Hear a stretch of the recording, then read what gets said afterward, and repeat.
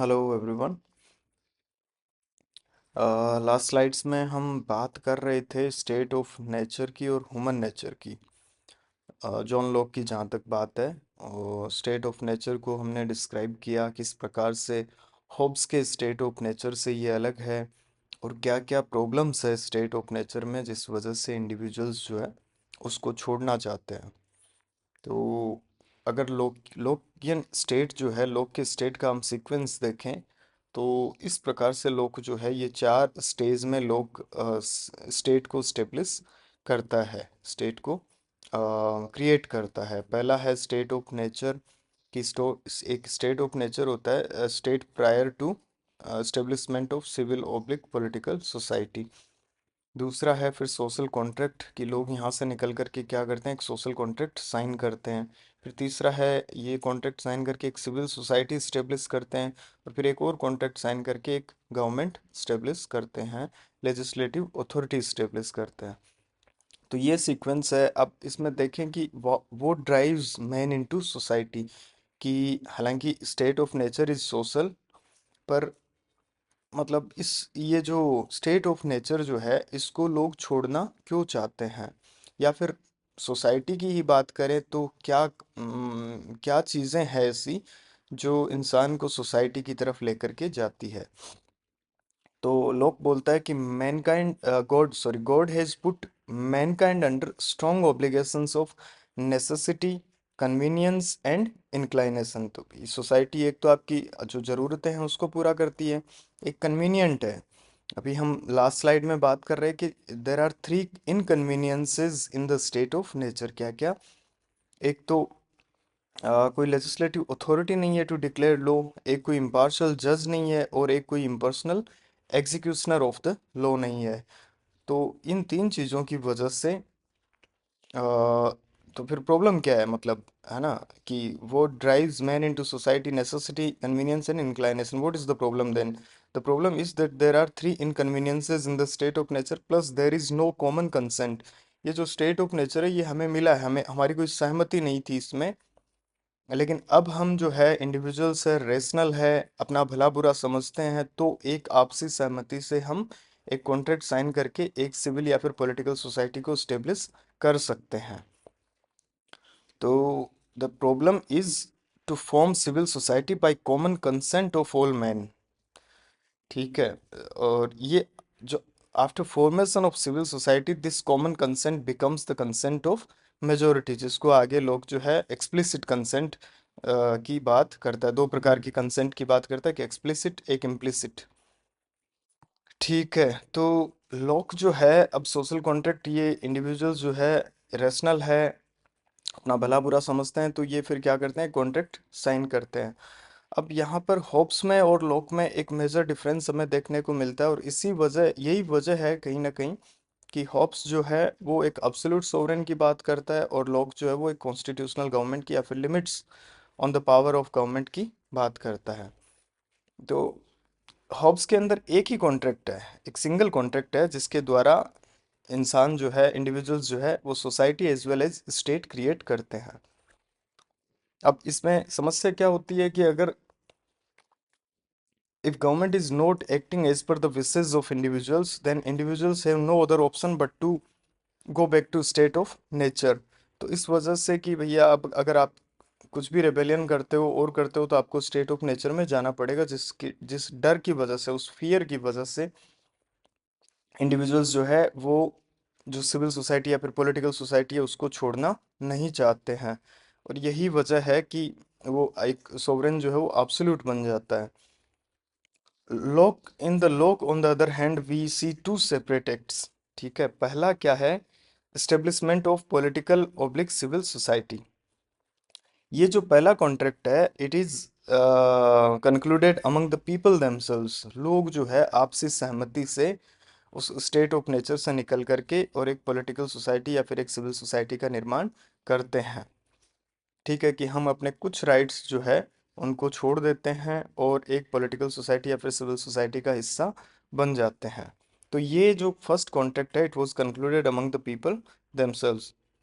जो second contract था, ये सेकंड कॉन्ट्रैक्ट है। सेकंड कॉन्ट्रैक्ट के द्वारा एक गवर्नमेंट या फिर लेजिस्लेटिव जो है उसको स्टेब्लिश किया जाता है to declare and execute the law.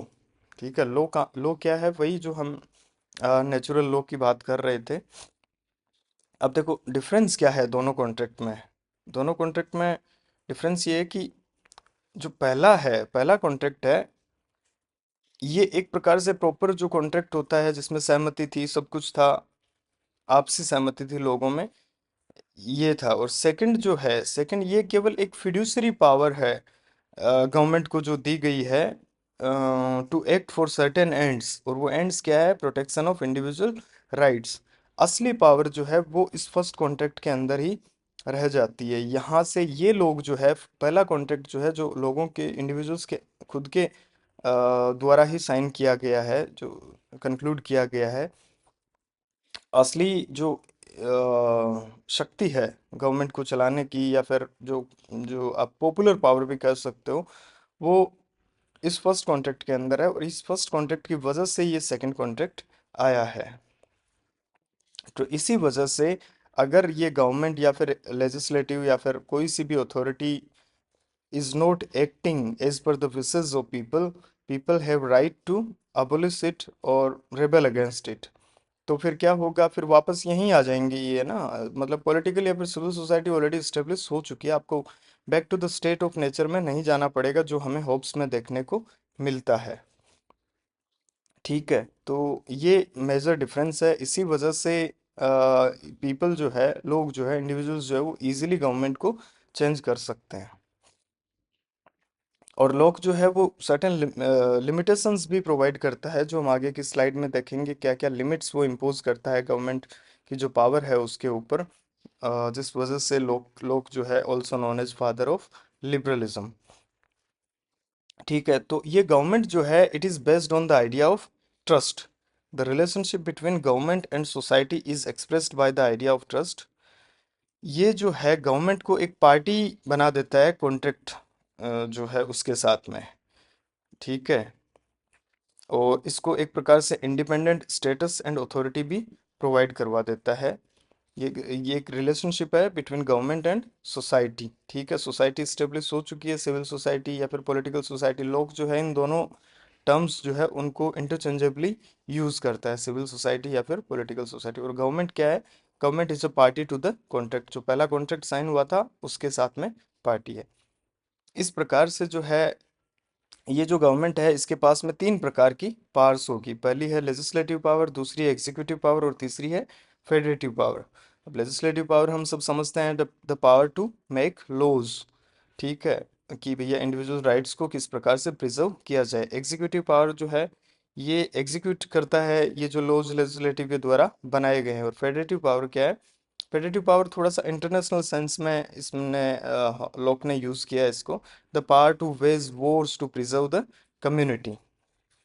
तो इस प्रकार से लोक का सोशल कॉन्ट्रैक्ट जो है वो हॉब्स के सोशल कॉन्ट्रैक्ट से अलग है।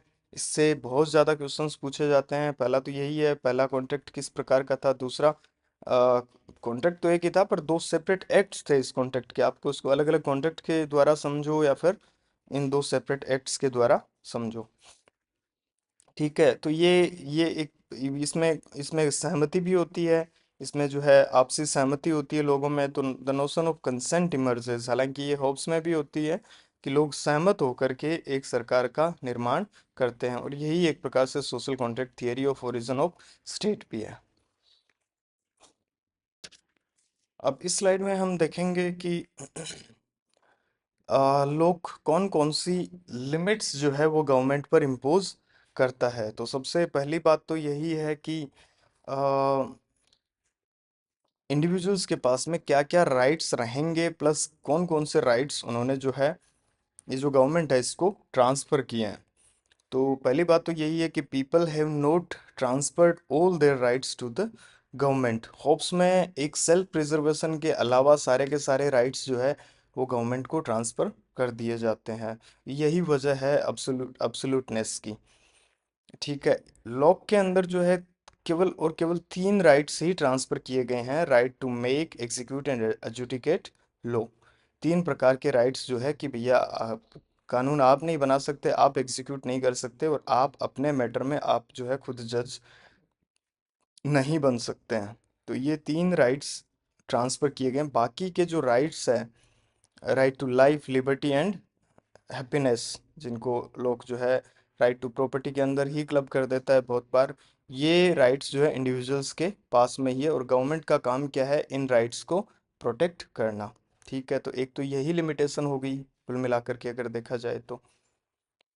ठीक है, दूसरा है आइडिया ऑफ कंसेंट की। ये जो सरकार है, ये जो गवर्नमेंट लोगों ने बनाई है दूसरे एक्ट में, it is based on the notion of consent, सहमति। लोगों ने आपसी सहमति से किसी एक बॉडी को जो है, या फिर एक बॉडी ऑफ पीपल है, उसको लेजिस्लेचर पावर दिया है। अब कंसेंट भी लोक में जो है दो प्रकार की हो सकती है। Consent, two types of consent, हम लास्ट स्लाइड में बात कर रहे थे, एक्सप्लिसिट एंड इम्प्लिसिट, या फिर टेसिट बोल सकते हैं इसको, टेसिट कंसेंट। एक्सप्लिसिट कंसेंट जो है, it is assumed that it is given by the majority, है ना, majority gives explicit consent and the minority gives tacit consent. ठीक है, भाई सब के सब लोग तो सहमत नहीं होंगे ऑब्वियसली उस टाइम पर भी। तो अगर मेजोरिटी जो है अग्री कर रही है कि इस प्रकार का सिस्टम हम तैयार करें, इस प्रकार का स्टेट हम तैयार करें, इस प्रकार की हम गवर्नमेंट तैयार करें, तो that becomes the explicit consent. Okay, अब जो है तीसरा है कि government works as a trust. ठीक है, तो गवर्नमेंट क्या है, ट्रस्ट पर बेस्ड है। Government is a trust and people are its trustees. अगर ये ट्रस्ट ब्रेक हो जाता है तो फिर क्या होता है कि वापस से दूसरी गवर्नमेंट को स्टेब्लिश किया जा सकता है। ओके, अब जो है जॉन लॉक में हमें ये देखने को मिलता है कि लेजिस्लेटिव अथॉरिटी जो है, it works as the supreme power. ठीक है, तो जो कॉन्ट्रैक्ट साइन हो जाता है उसके बाद में legislature becomes the supreme power. ठीक है, पर ये जो गवर्नमेंट जो है, it has no original power, the original power still lies with the people. Government only have sorry delegated power. ठीक है, original power lies with the people. ठीक है, it can not go against the laws of nature, जिसमें हम जो है three individual rights है।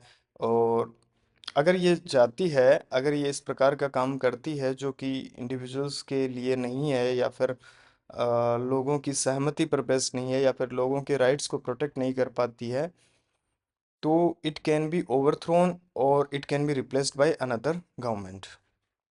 ठीक है, इस प्रकार से जॉन लॉक जो है, he imposes four limits on the legislative power of government.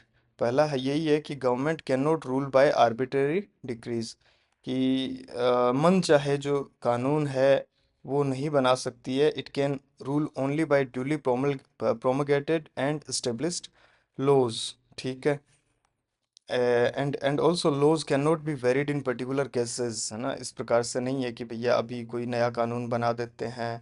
तो कुल मिलाकर के जो होता है ना कि भाई रेट्रोस्पेक्टिव लॉज नहीं हो सकते हैं, ये नहीं हो सकता, वो नहीं हो सकता, इस प्रकार से। दूसरा है कि दीज लॉज जो है गवर्नमेंट के द्वारा जो बनाए जाते हैं, they ought to be designed for no other end but the good of the people. तो government is limited by public good. ठीक है, दूसरा ये है। तीसरा ये है, tax can't be raised without consent of people. तो भाई अब लेजिस्लेचर बन गया है तो ऑब्वियसली जो है गवर्नमेंट जो है उसको लेजिस्लेचर में जो भी लोगों ने जो डेलीगेटेड पावर दिया लेजिस्लेचर को, उसकी सहमति के बिना टैक्स को रेज नहीं किया जा सकता है। चौथा जो है, लेजिस्लेचर कांट, हाँ, ट्रांसफर इट्स हैं।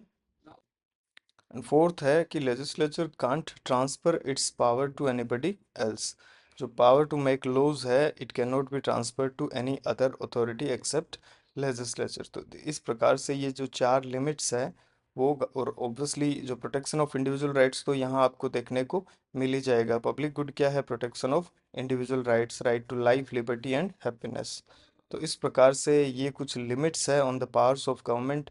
तो अभी आप यहाँ देखोगे कि किस प्रकार से हम हॉब्स से कितना अलग है। हॉब्स में जो है अब्सोल्यूट पावर है, और अगर उस अब्सोल्यूट पावर को डिनाई किया जाता है तो will have to go back to the state of nature. पर लॉक में ऐसा बिल्कुल नहीं है। लॉक में government can be easily replaced. लोगों ने दो सेपरेट एक्ट्स है, पहले एक्ट से जो है सिविल सोसाइटी या फिर पॉलिटिकल सोसाइटी स्टेब्लिश की है एक एक प्रकार से, और दूसरे में जो है इस सिविल सोसाइटी और पॉलिटिकल सोसाइटी ने कुछ राइट्स जो है इसको गवर्नमेंट को दिए हैं, और कि गवर्नमेंट के पास में केवल डेलीगेटेड पावर है, original power still lies with the people, जो कि फर्स्ट एक्ट में हमें देखने को मिलती है। Okay, thank you for watching.